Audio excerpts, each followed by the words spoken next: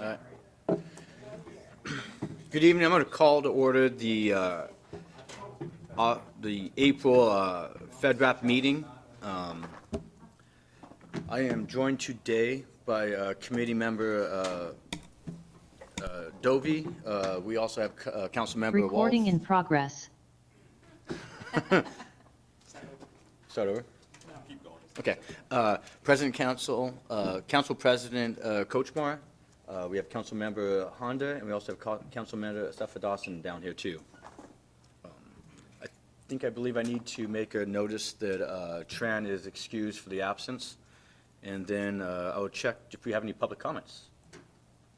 We do not have any public comments. Okay, in that case, I will be moving on to committee business. First thing on committee business is approval of the summary minutes for March 2024. I move that we accept the minutes of March 24th and move to the consent agenda of the May 7th meeting. Awesome. I'll second that. We have a motion and a second. All in favor say aye. Aye. Aye. Motion passes 2-0.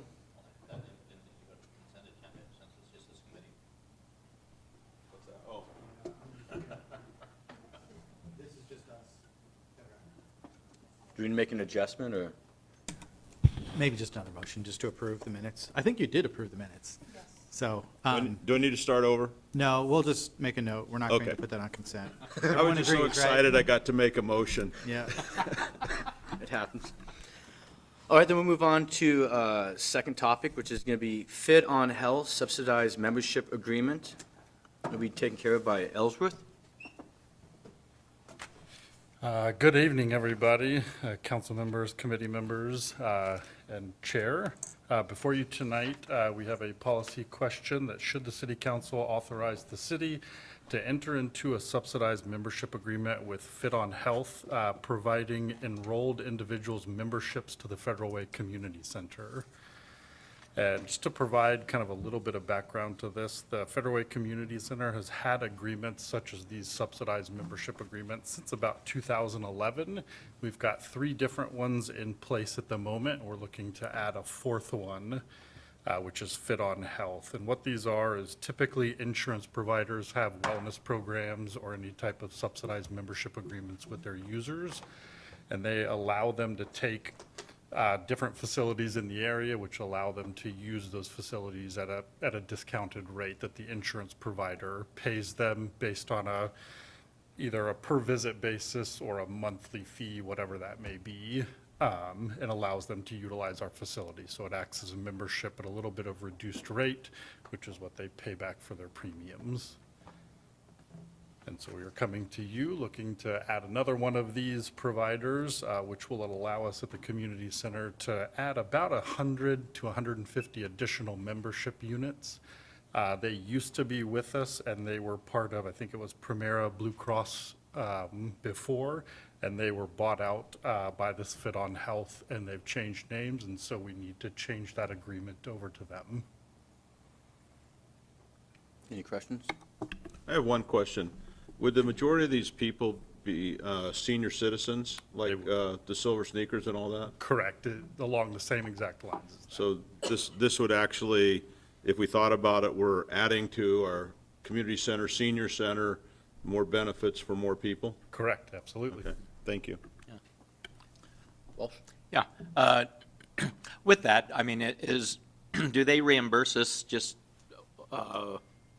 per individual membership, or is it just a flat rate overall?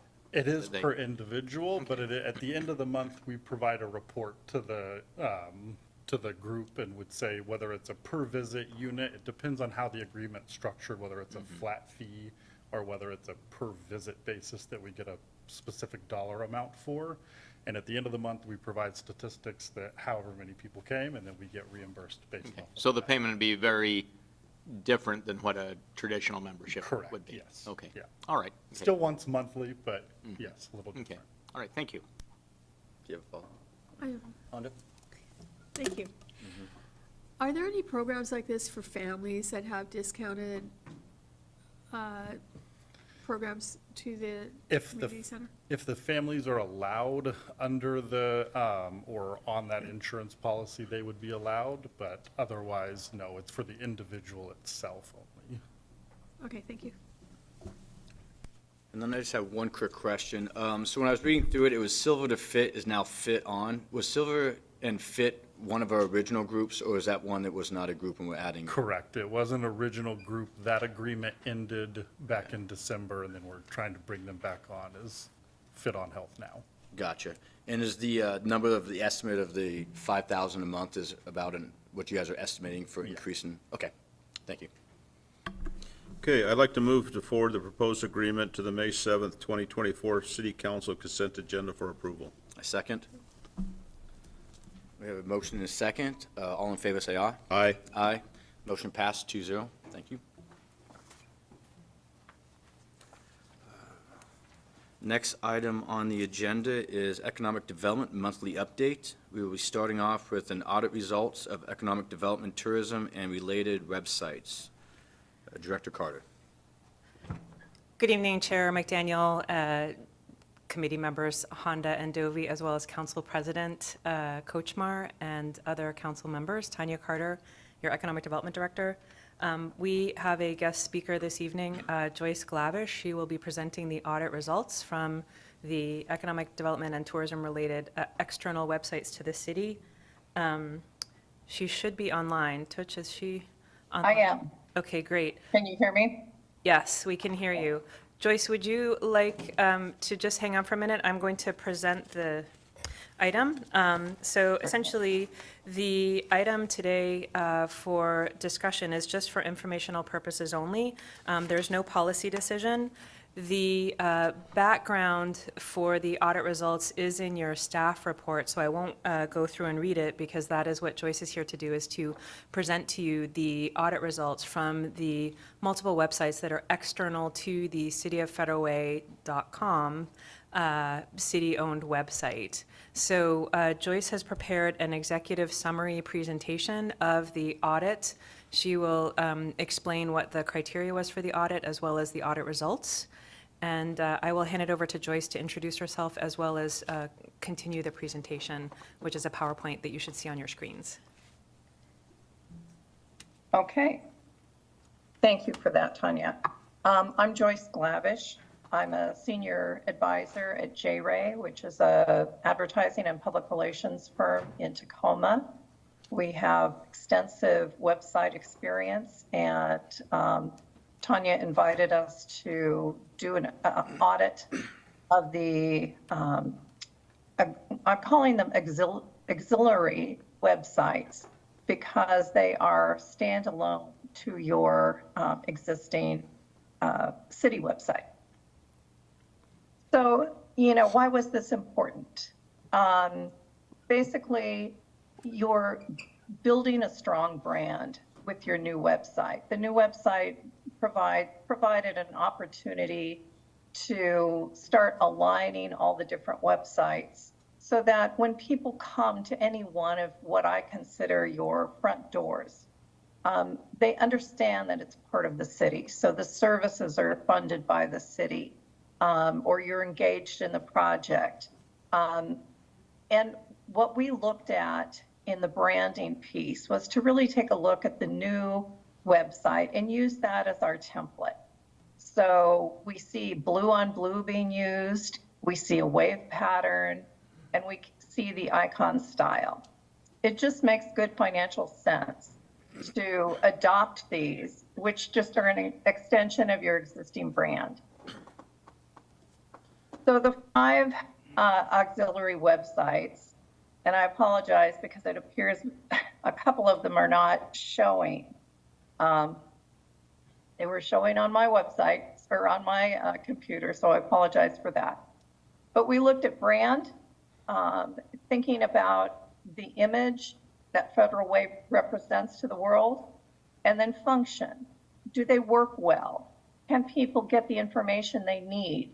Is it easy to access? Are there issues if people have site issues or other access needs? Do they fulfill those needs? So we looked at Dumas Bay, Visit Federal Way, Shop Local, the Community Center's new website, Engage Federal Way, and then the economic development pages which are just now starting to be developed on your new website. So what did our audit include? First and foremost, visual branding. We wanted to see how closely are they aligned to your existing brand. Do they look like they're part of the Federal Way, City of Federal Way family? Or do they look like they're not affiliated at all? We looked at brand messaging. Does it talk about the city? Is there anything in the messaging that calls up the city's name? We looked at user experience. Is it a pleasant experience? Are people getting what they need? How quickly can people get to the information they want? Are the pages loading quickly? That sort of thing. Staff experience. We talked to all of the staff owners, as we call them, of these websites, just to understand how they felt they were working. And if there were certain needs they wanted to call out, or things they wanted to protect and keep because they were working particularly well. We took a look at the analytics, Google Analytics, and also we looked at the SEO for several of the websites, not for all of them. We were picking and choosing because some needed that deep dive and others did not because they were relatively new. And then we did a comparative analysis on 3 of the websites or web pages. So we wanted to look at what other cities are doing for tourism and what other cities are doing for to help local businesses drive more sales. And then also we wanted to take a look at what other cities are doing for their economic development page and how they're presenting themselves to the world. And that is not necessarily the services such as licensing and so forth, but truly pages that are designed to attract business to a city. So for the audit highlights for branding, this is what we saw. Dumas Bay is that website is relatively new, and the staff owner of it is pretty pleased with it. So it's also, Dumas Bay is also, it's a special gem. It's a unique gem in Federal Way. And there's some advantage for marketing to be a little exclusive, to look a little different perhaps than some of the, more of an institutional City of Federal Way website. So we think that it needs light branding, but it does not need to be, it shouldn't look exactly like the city website, put it that way. Visit Federal Way is similar. It does need to be branded so that we understand that this comes from the city, but visitors don't want an institutional look. They want something that's exciting, stimulates their desire to come visit Federal Way. And so we consider those sites, generally those sites in virtually every case, and we do a lot of tourism marketing. Those sites are independent and standalone from the city website. Shop local. Our recommendations on branding there is it just simply needs stronger branding. People should know that this is a city service. Community center, again, people should know that this is a city service. They shouldn't have to dig for that information or scroll. It should be front and center. And although there is certainly the community center logo is derived from the Federal Way city logo, that's very helpful, but I think we can go a little bit further. And then Engage Federal Way, it should basically replicate the city's website for a seamless user experience. And that can be done. Often people on your new website are directed to one of the Engage Federal Ways pages. And when they jump from the new website to the old Engage Federal Way website, it's a pretty jarring experience. So we really need to, we recommend that you bring that more into alignment. User experience, the audit is pretty lengthy, and you are more than welcome to read through it all, and I'm happy to share any observations and answer any questions. But, you know, the highlights are that all the sites have recommendations that can improve them. But there are two sites that really stand out needing significant improvements, and those are Shop Local Federal Way. We believe it needs new content, more content to attract shoppers. So they're not just finding so they're finding what they want as well as what they need. So you may go online to find a Mother's Day card, where to find a Mother's Day card, but in the meantime, it would be great if you were tempted, for example, by jewelry or a bookstore or something else. That's common, you know, that's just a common marketing tactic, and there are websites that can allow you to do that. Online shopping capability, this is getting to be more and more standard, and it's certainly a benefit to the small businesses who really can't get started in that on their own and need a little guidance. And then a curated list of businesses. We found that shoplocalfederalway.com lists every business that has a business license, but it does not always list a contact number or any other information, including a photo, which should go along with it, and you'll see why that's problematic. And then Visit Federal Way really needs a redesign. It's a very, very old site. Many of its functions are no longer working. The search function and the calendar functions don't work, and it doesn't have a mobile version. And of course, you know, tourists and travelers, you know, they're on their cell phones. So if you don't have a mobile version, you don't stand out very well. So this is calling out a few things on Shop Local Federal Way. So this site gets 740 people on average visiting each month. And that is, you know, that's a significant number for a site that's not really promoted in any way. So these people are just searching organically for, you know, shopping in Federal Way, and they're clicking on this, and unfortunately, this is what they're finding. The search tool does not work well. If you try to search restaurants, which I know are on there, nothing is found. The images do not size correctly, so it's very difficult if you're the person who's trying to put information into the system and make it look nice. Apparently that's very difficult to do because many of the images are not sized correctly. And then many of the images, as this one shows, they don't have a photo. They don't even have an address or a phone number. So there are pages of this website that have these kind of listings across the whole page. And so of course, that's really going to discourage people from using the site. It appears to be not well kept up. And I think that's a reflection on Federal Way. Visit Federal Way. You've got 1,300 people visiting this site each month without really doing any promotion at all. So people are searching what's happening in Federal Way. What can I do? Where can I go? You'll see the website.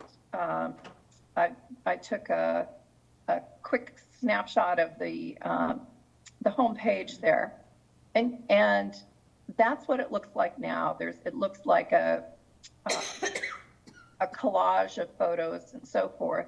There is nothing under major events. The photos show a building as opposed to you could show, you know, an event happening. And this is an example of what they do for their Center for Performing Arts. So this is, it's just something to keep in mind that you can do a lot more. Websites have moved along a lot in the last few years, and this is more the trend. And then the search function, again, it does not work. So, so for Visit Federal Way, we just found that there were more things broken about the site. at this point, it's just easier and more affordable to craft a new site than to try and fix the old one. So we do recommend a fresh start for this. So highlights on website management. This is something, you see a great difference in levels of sophistication and maintenance across the different websites.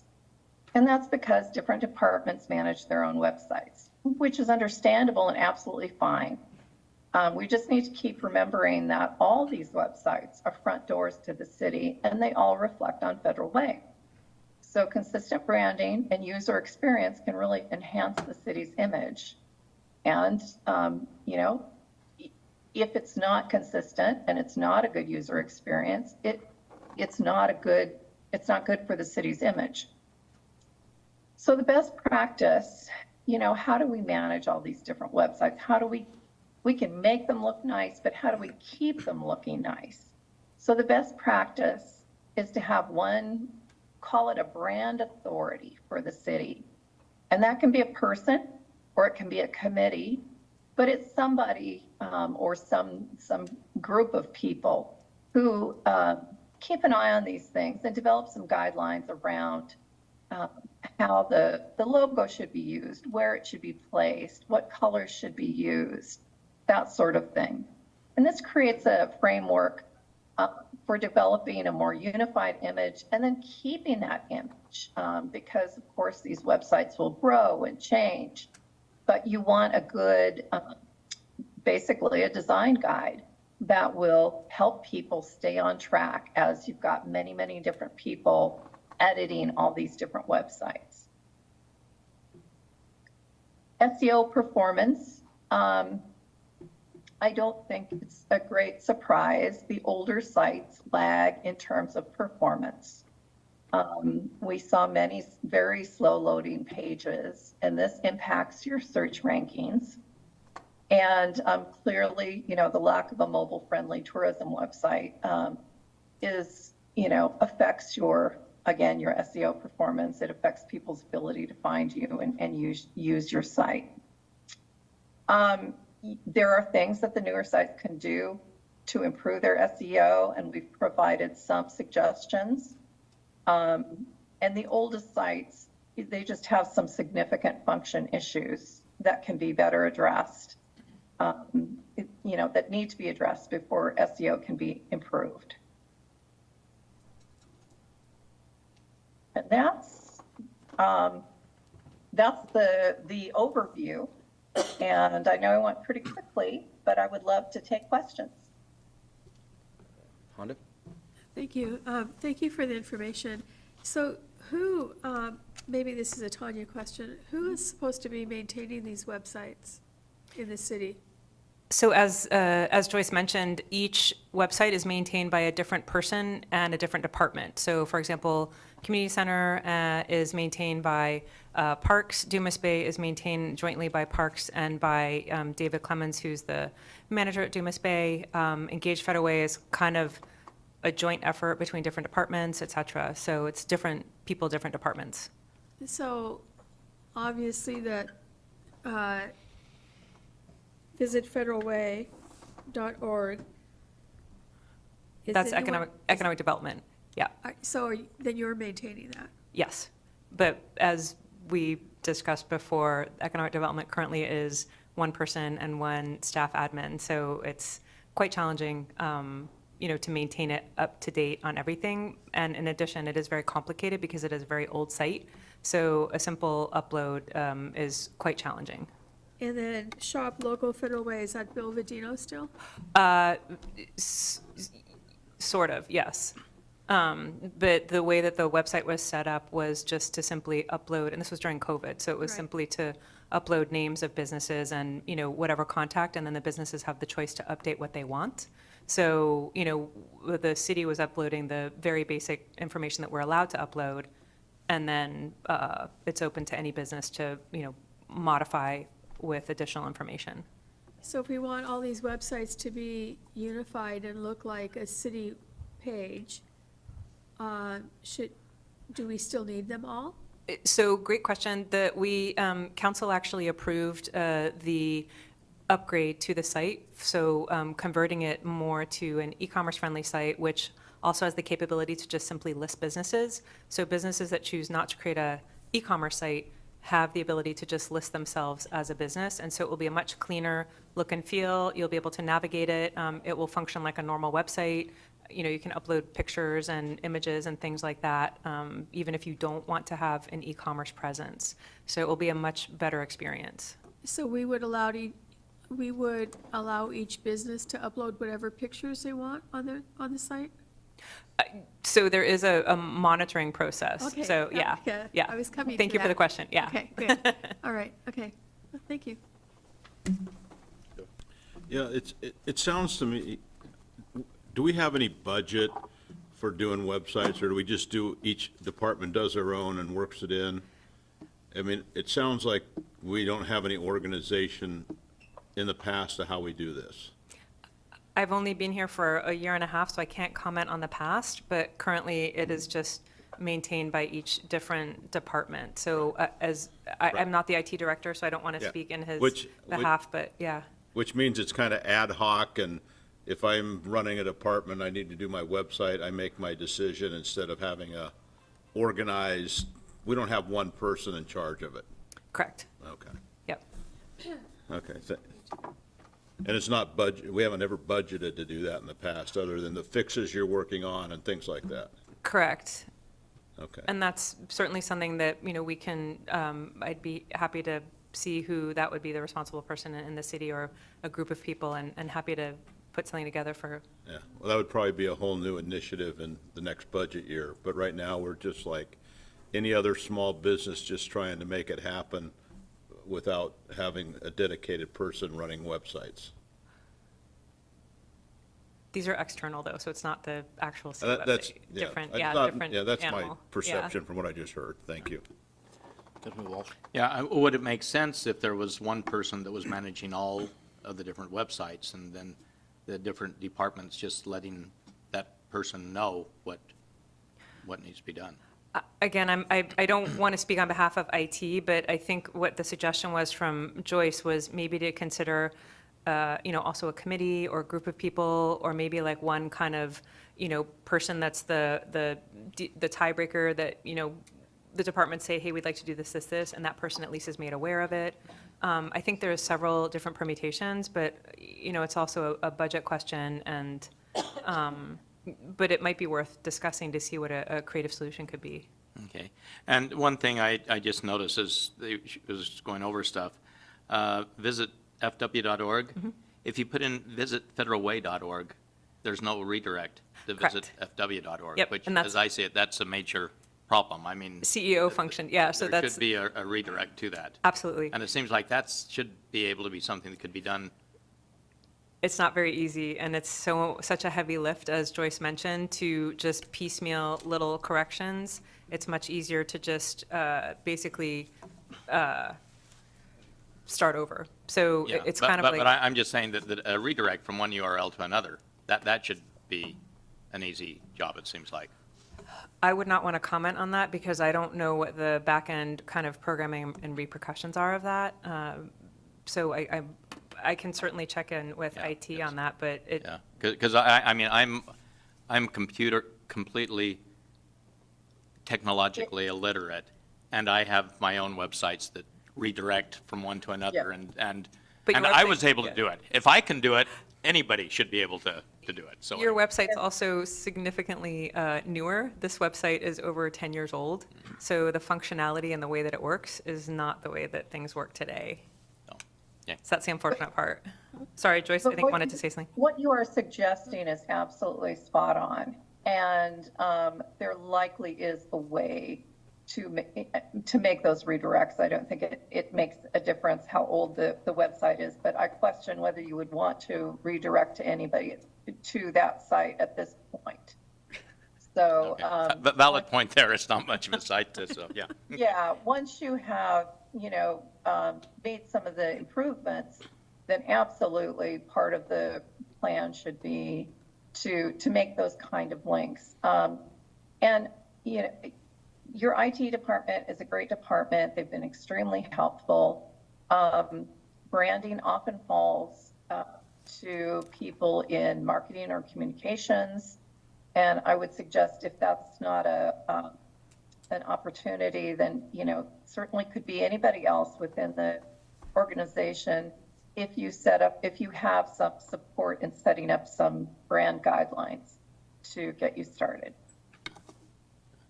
Yeah, it seems to me as though there's, you know, branding is definitely a big issue, but it seems as though the website upkeep for all of them is another issue, which is kind of Right. separate and apart from branding. It needs to follow the branding, but it Right. would be more of an IT type function rather than a marketing function, the upkeep of the websites. It Right. seems to Once you've me, got the so. brand guide in place, they can certainly follow it.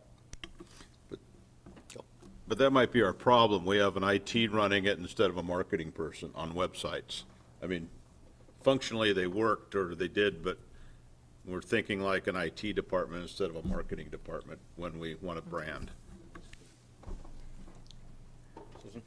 So our IT department for a city our size is pretty small, and I would not want to put anything else on their plate at this point. But I do agree that something needs to be done with these websites. But I am not suggesting that it would be IT at this point unless we hire more people in that department. And the other question on branding, this has come up before with other consultants you've had in front of us, and it goes back to branding. Do we need to have a branding program, something that talks about branding and how maybe we need to do something different for the city than what we so- currently have? Great question. I'll maybe make a suggestion for your first comment first.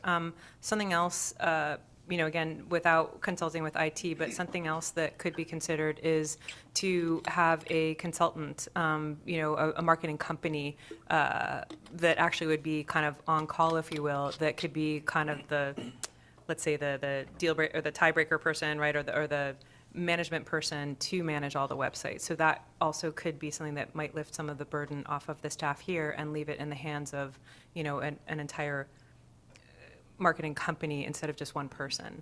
So that's just a suggestion for your first comment. And then on your second comment, unfortunately, the word branding is a very, it's kind of the throw everything in the kitchen sink term.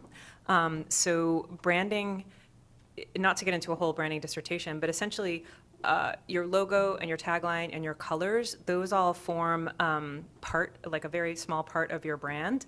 And there is no recommendation to redo that. There's not been any consultant that we've worked with that has even mentioned that. It's a pretty recognized color palette, logo, tagline, and basically typeset. So there's never been any kind of an issue with that. If you're talking about branding, which is actually what we're talking about, you know, how are you recognized? How often are you recognized? In what context are you recognized? And also, what are you recognized for? That's actually the bigger conversation that we're working on. And because essentially at its core, a brand is a promise and a brand is trust. And so right now, you know, if you go to all the different websites, nobody trusts that it's Federal Way because they don't see the, you know, the likeness. And so that's where the logo comes in. And then it's also a promise. We promise always that you will have this type of a service, you know, this type of a experience. And that's really the deeper branding that we're trying to work on here is essentially what I call silent salespeople, right? So this is all kind of free sales and marketing that we can do that essentially, once we get into the habit of it, it doesn't really cost a lot, but the trust and the kind of confidence in our brand increases exponentially with all of these small things that we do, and that's kind of the hidden part about branding that most people don't realize. And we did try to go deeper than just changing this several years ago, and it didn't go well with the public spending money on doing that, so we cut back on that. So I understand what branding is, and I understand that it's way more than our logo and our colors, but I hear it in every consultant that you're bringing forward, this recommendation, a recommendation, at least I'm hearing it. So it'll be interesting to see what you come up with. Sure. Thank Thank you. you. All right. All right, my turn. Hey, thank you, Joyce, for coming in and giving us this breakdown. My first question is, in the memo that was given out, it had Downtown Federal Way as one of the websites.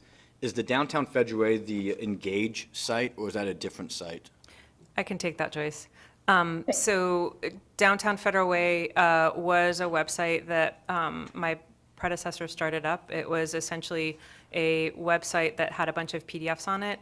The renewal, sorry, the website URL lapsed, and essentially there was a decision made because we weren't quite sure which way to go with all of our websites to not renew it until we had the audit and figured out if it was even necessary.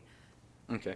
My second question is, you mentioned the Shop Local Federal Way, and that one has actually been, is on the plate to be completely rebuilt with an e-commerce solution.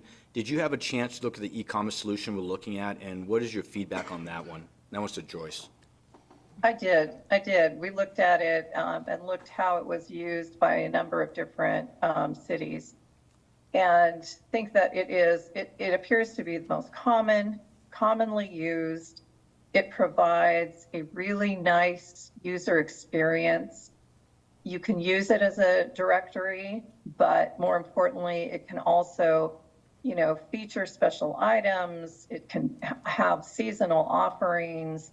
It can allow you to sort of, as I said before, tempt people with things that perhaps they weren't initially coming for, but now that they see Federal Way has it to offer, they're interested.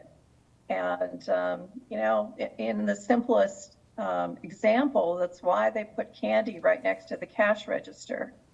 And this platform that you're looking at, that we took a good look at, does that. It gives you a really positive experience. Okay, good. The second one is the Engage website. What did you feel was the purpose of that site when you looked at it? I know, as you've said, they're not very pretty. They're kind of Frankensteins.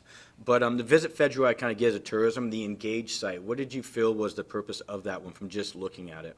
So the Engage site is actually quite important. It is your website for, and it's a specialized platform just for this. So cities around the country use the same kind of platform to be able to elicit feedback from the community on different plans.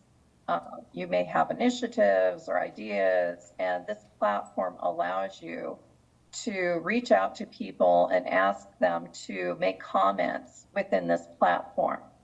So it's a very useful platform.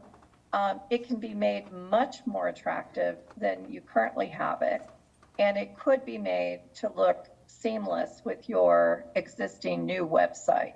It's just a matter of you have not had the right team to set it up in that way. It would be useful to go back to that vendor and explain to them what you are looking for and see what they can do for you.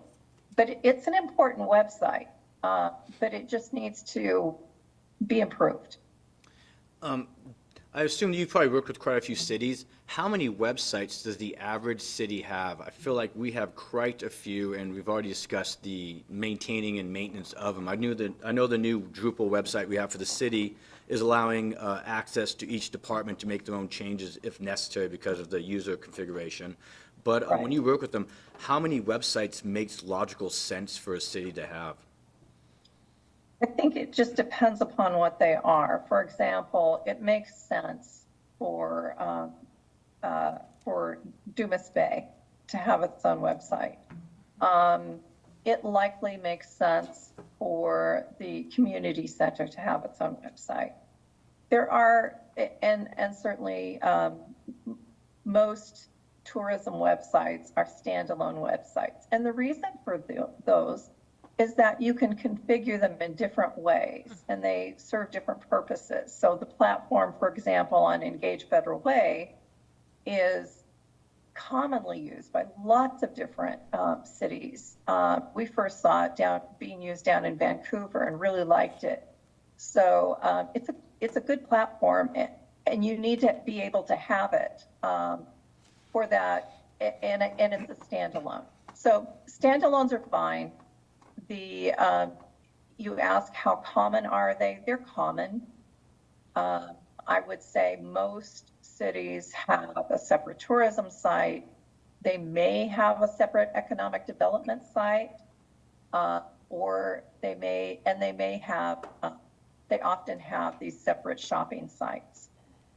So now there's an alternative that some of these could have. You may be able, with your new Drupal site, and I am not as familiar with Drupal, but you may be able to, basically create a website within a website. And it's not necessarily visible to the public from your city URL, but you create a vanity URL that points to it. And then it looks like a standalone website. So that could potentially be an option for some of these things, but I'm not sure it would save you that much. But it could be something you could explore. Gotcha. And then are you, is your company, are you guys more comfortable with like a WordPress environment, or do you guys use a kind of a standalone specialized platform for these kind of sites? We do, we consult on a lot of different things. We will do design work for Drupal and other websites, other platforms. But typically, we are working with a developer that has expertise in WordPress. And most of our clients really like it because it's simple to use. So not necessarily fitting what a city would need, but for the most part, our clients are using WordPress. And then when we get into the cities, we might be looking at Civic Plus or Drupal or some of the other programs. But the look and the feel and the function are things that are common. You have a certain standard that you want to achieve regardless of what platform you're using. And so we see the platforms as somewhat secondary as long as they're quite flexible. Understood. All right, thank you for your time. Thank you. I believe this is information only. Anybody have any more questions? All right, we'll move on to the next one, which is also you. ARPA funding for economic Joyce, development. Thank you. Thank you. Sorry. Just wanted to make sure she. That's all good. Then we're moving on to ARPA funds for economic development website update.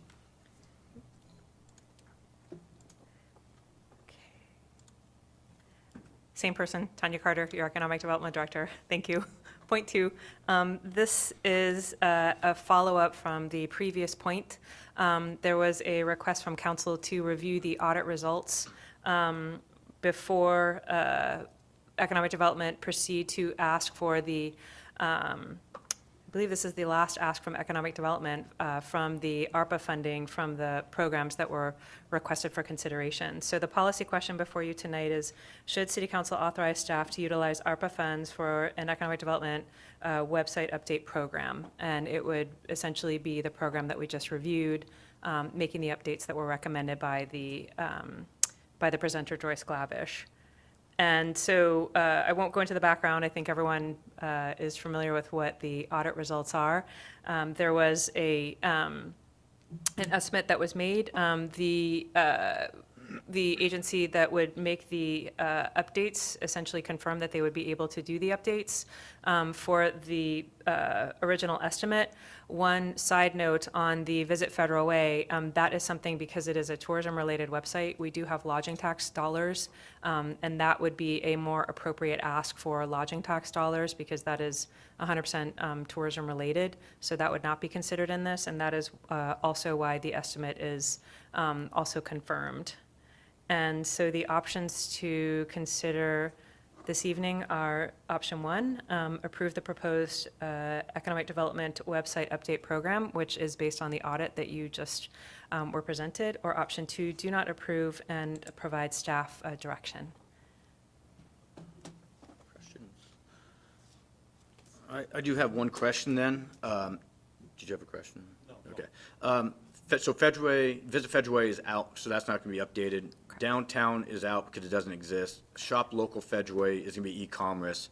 So so is it going to be the Engage, and what else will be included for the upgrade? Engage, Community Center, Dumas Bay, so all of that. And then also just providing guidance to the other sites as they are being built, that they are being built in the same way. So as you were discussing before, making sure that there is one kind of brand champion and project manager that is making sure that the websites are all kind of coming from one family and are all adopting the same audited suggestions that were provided. Okay, thank you. Okay. Motion? No, I don't have a question. Can I make a motion? No, you can go with the question. I'd like to move it forward, the proposed ARPA Economic Development Website update program to the May 7th consent agenda for approval. I second. We have a motion and a second. All in favor, say aye. Aye. Aye. Motion passed 2-0. Thank you. Thank you, appreciate your time. All right, next item on here is ordinance, says 2023, 2024 biannual budget amendment. Director Groom. Thank you, sir. This is a bit of a housekeeping item. It's the first quarter, and there are two things that we have.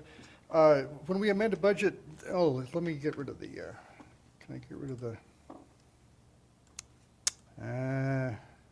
bane of my existence?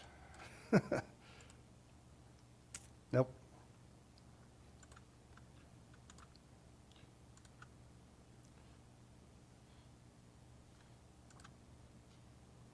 I can do this. I've been smoother.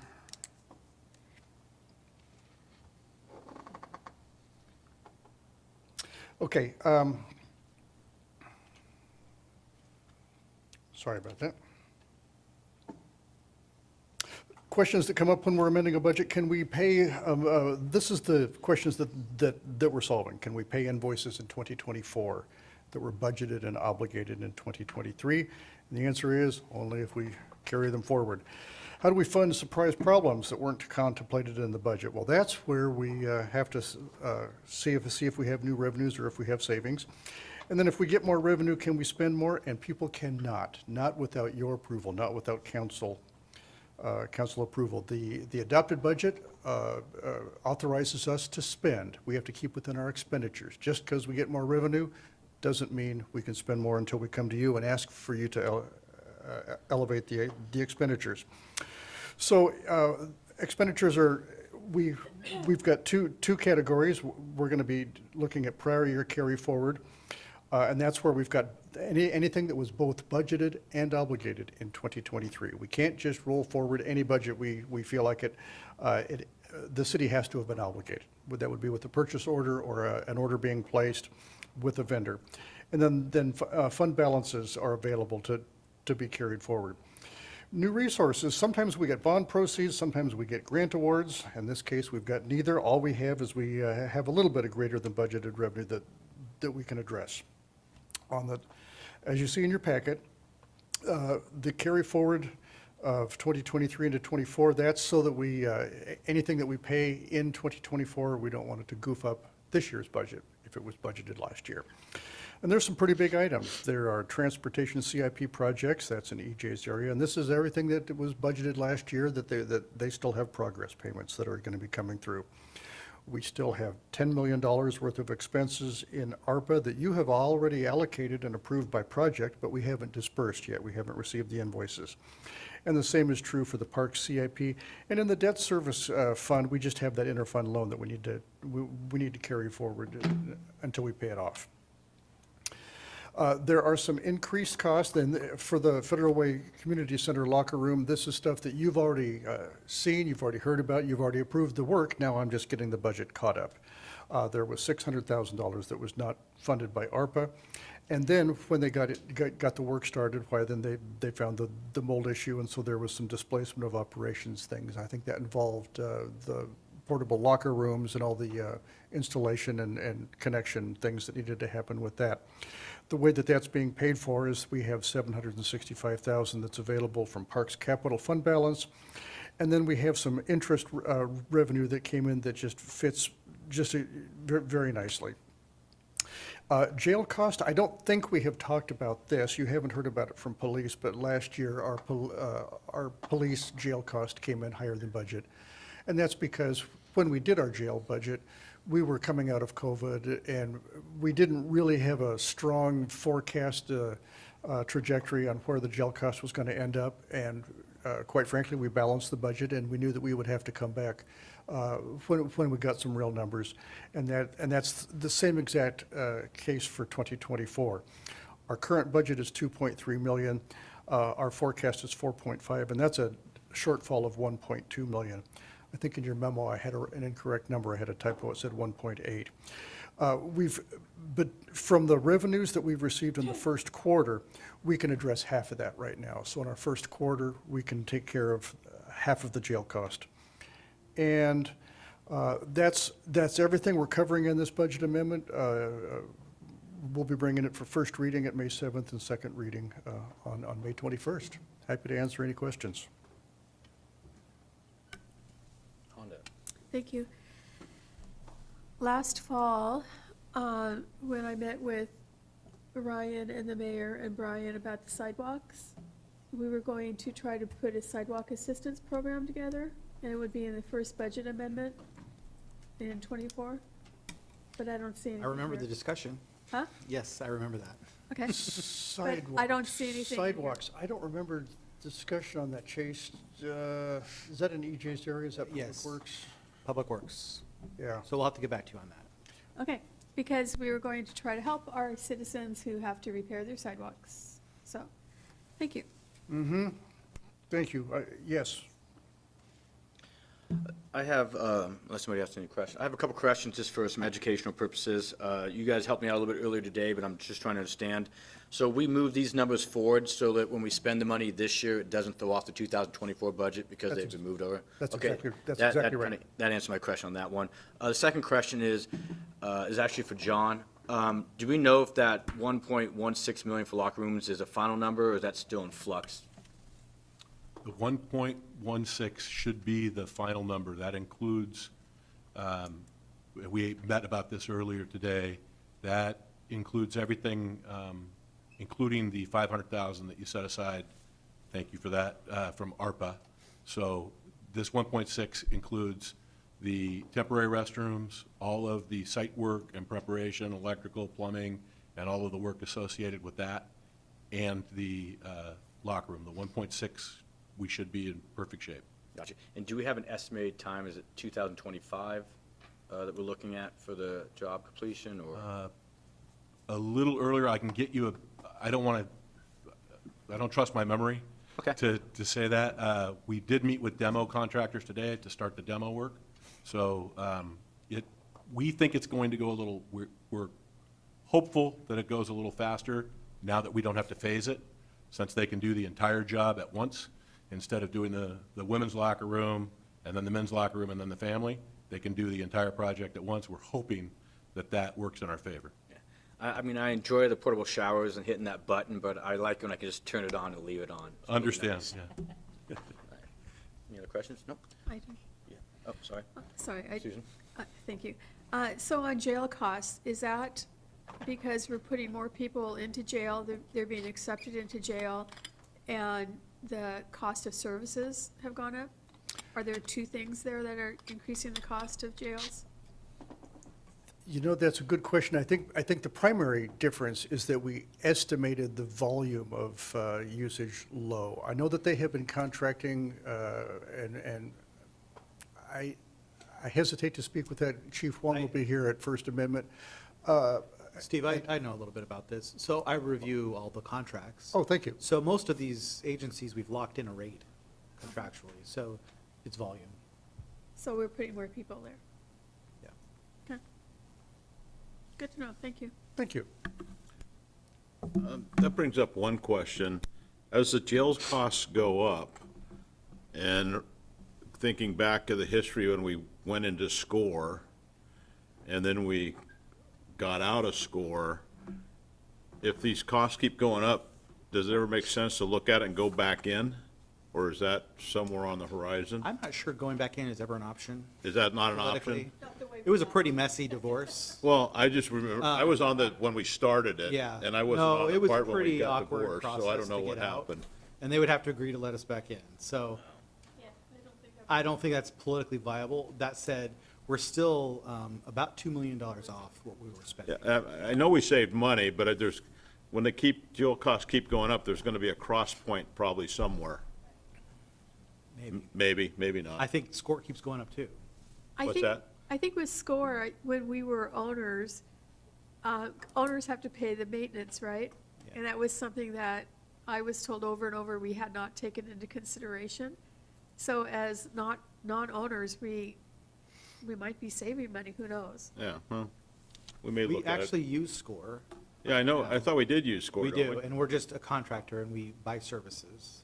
So I, honestly, we can have a side discussion. Part of the issue with SCORE is they built a whole wing that doesn't really get used and we have to pay to maintain. Yeah, So there was some interesting business decisions made running SCORE. okay.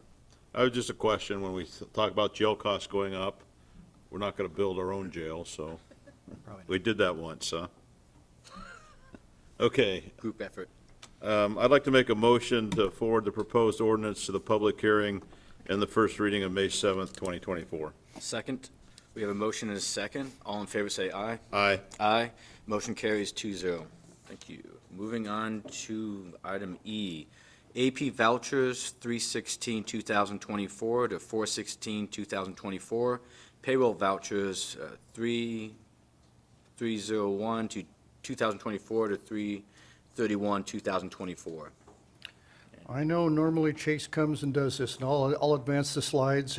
In your packet, you've got the detail. The March voucher total is kind of back to normal. You can see that in January, we had higher volume of dollars, and that was primarily because of the first of the year, the annual payments that we make. March, the accounts payable is kind of back to normal. And in payroll, it's also pretty typical. We did see a little bit higher because of our quarterly payroll taxes. That is as interesting as I can make it. Chase, if you have anything to add, go right ahead. But I know that we always have questions sent to us, and we put staff to work finding answers, and we're. I do have a question on one of your Certainly. answers. The political subdivision fee, your response was it's an annual political subdivision fee for Washington State Office of Minority and Women's Business Enterprises. Could you explain whatever that is, please?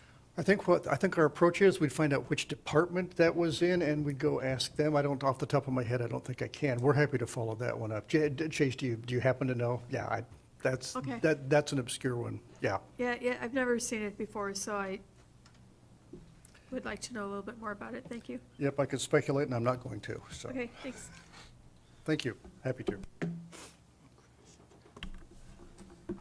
I have one question, no problem with that one. Mentioning the score, when I looked at the jail, score was not used last month.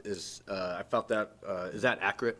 I think we weren't invoiced. I would be surprised if we didn't use it. I think there's a little bit of a sporadic timing to many of the invoices that come in. Gotcha. And my second question might follow with that one is, Issaquah had some invoices or some vouchers from 2023. Is it pretty common to have literally 6, 12 months go by? It is. We remind all of our departments to reach out to all of their vendors to try to get them in by the end of February. We try to give all of the vendors 60 days, and it doesn't always happen. So that's an example of what it's just going to goof up this year's budget a little bit. That was my follow-up question. yep. Okay, that was it. Thank you. Okay, I'd like to move to forward the vouchers to the May 7th, 2024 consent agenda for approval. We have a second on that? Second that. Okay. We have a motion and a second. All in favor, say aye. Aye. Aye. Motion carries 2-0. It could die for a lack of second, and we can move on, or we can talk about it some more. Last item on the agenda, monthly financial report, March 2024. Director Groom. Thank you. This is going to be an awful lot like what we talked about. I have added a few slides at the end to help give us some new material. The preliminary 3 months, our revenues are favorable and our expenditures are favorable. And look at that, I have a little pop-up Post-it note to remind me that we do experience a lag for both our revenues and our expenditures. But so far this year, they're both positive. And it's a little bit early in the year because some invoices lag. Sales tax, last month I was reporting to you that I was concerned because we had 2 months that were, that our remittance had come in less than the same month in the prior year. Impossible to see where that little dot is, but I can tell you that February, year-to-date, we are still a little bit behind last year. However, I am greatly encouraged because February all by itself was higher than February last year. The other revenues. Can I ask a question? Sorry. Certainly, please do. If we run 5% unfavorable for the rest of the year, what's that at the end of the year? How much is that we going to be off? 10% would be 2 million, 5% would be 1 million. 1 million? Our Yeah. budget could be off on sales tax $1 million? In worst case, if it stays the same trend? Yeah. Okay. Thank you. That's why and this is the one that I watch like a hawk every month. It's our most material one, and it's our biggest indicator. Utility tax revenue is not particularly concerning or interesting. I'm just reporting that we're watching it. It looks like it's about right on track with last year. Permit fee revenue had a tremendously high January. It had a very low February because we had a refund. And so it's just going to be a roller coaster. We will keep watching this. Property tax revenue, we haven't gotten into our big remittances. We do expect this to fully hit the budget that we expect because that's just a matter of the county collecting our levy. Real estate excise tax, this has been consistently low throughout the latter part of last year. It's coming in low this year. And that means if it continues to come in low, we would end up having to defer some projects. So we keep EJ informed on this one, and we watch it every month. Lodging tax? So the same thing on that graph. If we run the same thing, we're going to be, what, about 2.5 million short for the year? Yeah. I'm just looking at the Yeah. graph where Yeah. it came out, 43%, it's almost 50%. And so Yeah. we could bring in 2.7 million instead of Yep. 5.7 or whatever it is. Right, and this is primarily a function, we think, of mortgage rates, because we think that the values in the city have been stable. It's the real estate market, it's the pace of the transactions. It's not the dollar amount of the properties, it's the pace of the transactions. So we're watching interest rates. When do we think they're going to go down? It's, Yeah. we don't know. We don't know. What do you think the future holds for that in the next couple of years? Well, our expectation is that the Fed will bring rates down and then the market will resume. Because building a budget for the next 2 years is going to be pretty difficult if this continues to not give us what we need. or It expect. is. It is. And that's why we generally forecast cautiously, we think, and then we greenlight things when things come in better to budget. This has really underperformed, yeah. And we've already postponed some projects this year, so. We did. That changes the timing. Thank you. So do we have a list put together of, it's April, almost May, pretty soon where we're going to have to start cutting projects a little more aggressive and say, hey, the reality is we're going to be this far behind. When do we get the list of what we got to cut? It's a short list. We know what it is. We haven't had that conversation, but we had it last year, and it's the same exact But- process. Yeah. But don't you think we should maybe have the discussion? We're almost 6 months into the year. I mean, in June, I'm progressing out Sure. another 45 Sure. days, but should that be kind of Sure. when we start looking at that? Sure. What's our 'Cause- plan A? Because we need to communicate it not only to you, but to the public. Sure. Because we're going to have a whole lot of stuff sell really fast to make up the deficit. And, today there was talk about the interest rate actually going up, not going down. And so I think that's a red light that we should be looking at Right. pretty seriously. Thank you. I appreciate your engagement because I share your concern. And we're not the only city that's experiencing this. Everybody I think it's is. I think it's important for the public to know that we're not, Right. this is not unique to Federal Way. Right, and you're exactly right. At the governance level, are we managing our expenses accordingly? Yep. Thank you. Lodging tax is fully, it looks like, recovered from the pandemic, post-COVID. It's chugging right along. It's a little bit unfavorable to budget, but it's over prior year, and that's what I consider most favorable. And also, it's on a very small scale. That the budget is 300,000. Our investment activity is not going to have any surprises. We are favorable to budget 200,000. We're also above prior year. Now, last year was our big increase. We're never going to repeat that. We expect to be about the same this year. We do expect long-term rates to go down, but again, we don't know when, and we'll enjoy the high rates on the investing as long as they last. We had one maturity that expired. It was earning less than 1%, and we reinvested that million at 4%. So we made a little bit of progress there. Our cash balance is in great shape. We still have $10 million to spend in ARPA, and we did spend some money. I always show this pie graph, that little green arrow. We still have $10 million that's going to go out of there, but we're going to recover $7 million that we used for land acquisition. So we're going to end up with about $25 million of liquidity, which is quite a bit.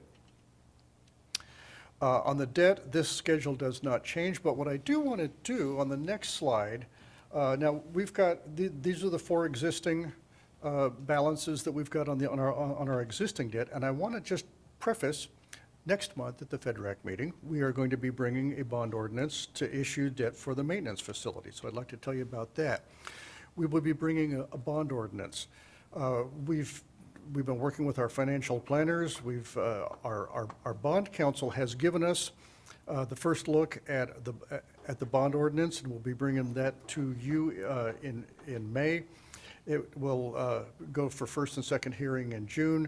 We'll do credit rating presentation in July. And EJ is looking for us to have cash to spend in August, so we are on track. What the bond ordinance will do is that's going to authorize staff to issue the debt. We have already got a reimbursement ordinance, so we'll be able to recover the amount that we have spent for the land acquisition. It's going to be specifically for the construction and equipping of the facility, and it's going to be a pledge of city resources. Finance staff is going to have to take care of all of the continuing disclosure. We have to stay in with compliance with SEC, and I forget what MSRB stands for. But a bond issuance package is a pile of paper, but there's a very large official offering statement that we have to prepare that discloses our financial position and they look at our audited financials and that sort of thing. The team that is putting together the debt issue is, of course, Chase and myself. We've got Duncan Brown and Matt Schoenfeld of our financial advisors, and our bond counsel is Bill Tonkin and Stacy Yamasaki. Foster Garvey has been our bond counsel since the city was incorporated. The financial advisors are new, and we will have them available for discussion either in person or remote at the next May FedRAC and then at June Council. Love to have your feedback on the process, because we want to make sure that we're giving you the information that you need when you need it. I think Public Works has kept you fully briefed on the project itself, and this is just the financing. So I think I'm just pacing here. Sound normal? Okay. And then on the budget, we are still keeping busy in the background. We are expecting the mayor's budget to be filed with the city clerk in September. The mayor will present it here in council on September 17th. And in the special session just before that, we will start having an overview of the budget process. We'll give revenue forecasts and debt. The study sessions are scheduled for September and October. October 22nd, we've set that date for the tax levy to be discussed here at FedRAC, and then everything comes to the hearings in November. So what I want to share with you at this point is we've been looking at revenue forecast, and we've got some question marks on things like REIT. The Public Works and Parks Department have been working on their capital planning, and Fleet IT has been looking at their major projects. The big things that, I mean, when it comes to budget time, one of you is going to ask what things keep us up at night. And the answer is existing obligations, and then the predictable surprises. And what's a predictable surprise? That would be something that we know we're behind on. And then when it fails, we have to scramble and come up with the money. As you saw, we just did a jail cost revised forecast. So when we go into next biennium, we're going to make sure that we increase our actual jail cost based on what we're actually seeing. Every year, it's not a surprise that we get increased insurance cost and health benefit costs, so we know that we're going to have to absorb those. The community center has had some facility needs. We've seen the pool slide and we've seen the locker room. I know that they're doing a complete facility study, so I would not be surprised if we identify some costs that we need to be aware of. There might not be some immediate needs, but we need to make sure that they're on our horizon, 1, 2, 3, 4, 5 years out. We want to plan our annual spending. And that's true of our long-term capital plan. I always use playgrounds as my example. We have 20 playgrounds. Each one has a 20-year useful life, so we need to make sure that we are replacing one playground every year. Well, that's how we would need to be treating all of our facility components. In the IT and finance world, our enterprise, I don't know what ERP system is. It's the backbone of the financial software that takes care of our general ledger, our accounting, our payroll, our accounts payable. And that system is at the end of its useful life. The company that we purchased and they support it, it's at the end of its support, and so in 2027, we have to replace that. City of Kennewick spent $1.2 million for the same modules that we use. And so we're working with IT to prepare for doing an RFP process on that. And then, of course, there's always vehicles behind. So this isn't on budget. I'm just kind of preparing you for what we're seeing. Because when it comes to the actual budget process, one of the most important questions we ask is what's not in the budget, what are we behind on? But also I want to be kind of planting these with you because as we come into study sessions, what information would you like more information on? We plan on having every department head prepare something in the budget sessions to give you the information that you need on what they're doing, what they're struggling with, what they would like to do, and what they're wishing for. However, it's my expectation that it's going to be a pretty tight process. Any increase in revenues that we see are probably already spoken for, not just with salaries, personnel costs, but with insurance and things like that. So that is just my update on where the city's at with finances. Love to take any questions. Yeah, I just have one comment. It seems like at the community center, we've gone from crisis to crisis to crisis in the last year. I would hope that we've managed that and we don't see in our budget this next crisis that nobody's talking about or next huge need that is not manageable. Because you have it listed. When you see things Yeah. listed, that's a red flag to me. So I'm hoping there's not another surprise. It is, and the red flag for finances, this Yeah. is Finance Committee, are we able to build any contingency in our budget, or are we budgeting every penny that we think we're going to receive? Do we budget any wiggle room? And that's really tough to do. And I guess I'm not Yeah. insinuating there was anything wrong with Oh, our no. team. No. I just would hope that we've kind of got over that. Sure. Cities have to be able to respond to weather events. We never know whether we're going to have a lot of snow or a little snow. We don't know if there's going to be a natural disaster, a pandemic, you name it. So you've seen a lot of quarterly adjustments where we do some course corrections, and sometimes it's been difficult to find the money. I will agree with you. Thank you. Can I just, I don't want to set us up for a future problem, but We're currently doing an envelope study on the community center, and I think that was Steve's point, is that it seems unlikely that the results of the envelope study will be clean bill of health, nothing wrong. Good. It seems like there'll be something. Maybe we should do envelope studies on all our facilities. We probably should. I mean, It's something we might actually need to the bring up. community center, again, I'm not dishing it or anything. It's a great place. I go, people love it, but it's been a hot topic, and it's good we're doing an envelope study, but maybe we should be spending the money and saying, what's our envelope study here at City Hall and police, I mean, all the places in Dumas Bay, so at least we know what the big surprise is gonna be or could be. And to everybody's credit across all departments, they have been fairly forthcoming in volunteering ideas for things that should be on the waiting list. Like there's some elevator repair. It's only $140,000 if I recall, and it's not urgent, but we've captured it, which is good. And so we're trying to think as broadly as we can. Well, maybe it would be good to share the list to the people sitting up here, so it's not a surprise. Yeah. Yeah, I was just going to say that, I mean, my concern after the community center is this building. And it seems like there needs to be we don't want any surprises here, and it seems like there should be a study there. Sure, we own Dumas Bay, the Performing Arts Center, the Community Center, City Hall, and a whole fleet of vehicles. We're going to be building a new maintenance facility. Well, the vehicle fleet, I mean, I don't think they're all going to crash at the same time. I hope not, but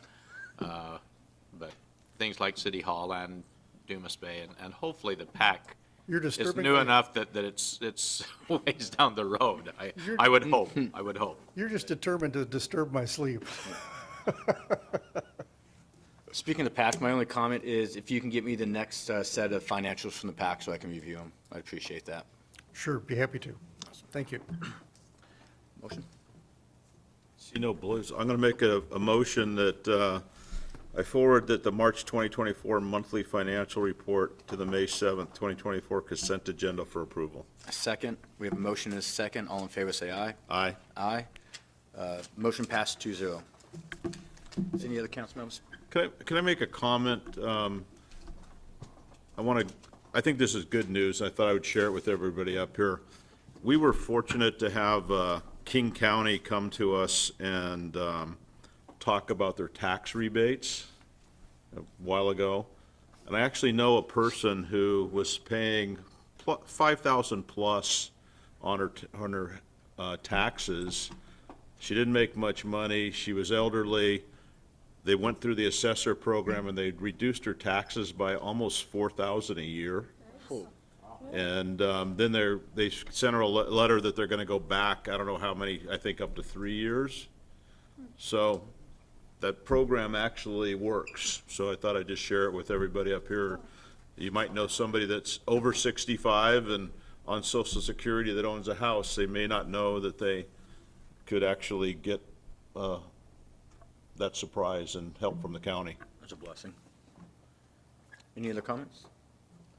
In that case, I'd like to thank staff, and just to let you guys, next meeting for the FedRAP will be May 28th, 2024 at 5 p.m. With that said, I will join the meeting, and it is 6:18. Thank you.